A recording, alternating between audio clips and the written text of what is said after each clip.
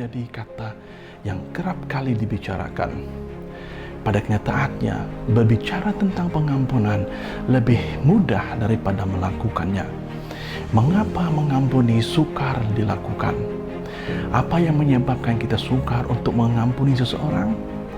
Pertama, karena kita berpikir bahwa orang tersebut tidak layak untuk diampuni, dan kita merasakan tidak adil bila orang tersebut diampuni.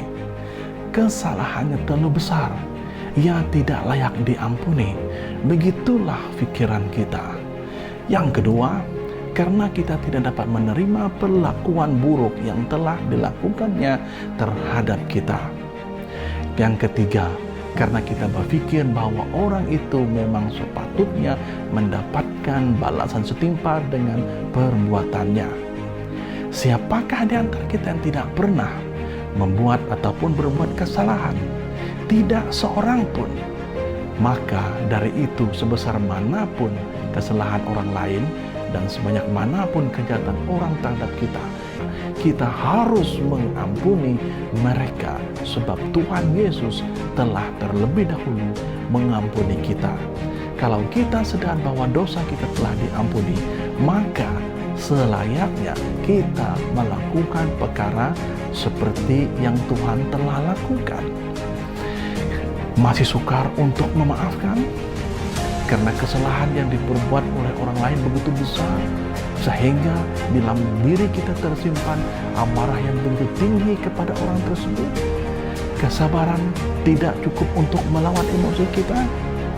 Dalam kekristenan, hal mengampuni itu tidak ada batasnya, karena pengampunan adalah dasar bagi kehidupan orang percaya.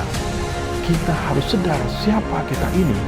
Ingat, kita ini diselamatkan, dilayakkan menjadi anak-anak Tuhan, dan beroleh berkat-berkat dari Tuhan, diawali oleh sebuah pengampunan yang telah dilakukan oleh Kristus di atas kayu salib. Sebab di dalam Dia, oleh darahnya kita beroleh penebusan, yaitu pengampunan dosa, menurut kekayaan kasih karunia-Nya. Efesus 1 ayat yang ke-7. Ada beberapa perkara yang harus dilakukan bagi kita yang sukar untuk mengampuni kesalahan orang lain, yaitu ingat bahwa yang pertama, Tuhan telah mengampuni kamu. Dalam buku Efesus 4 ayat 32. Yang kedua, memberi dan menerima kemaafan ataupun keampunan. Matius 6 ayat 14 hingga yang ke-15.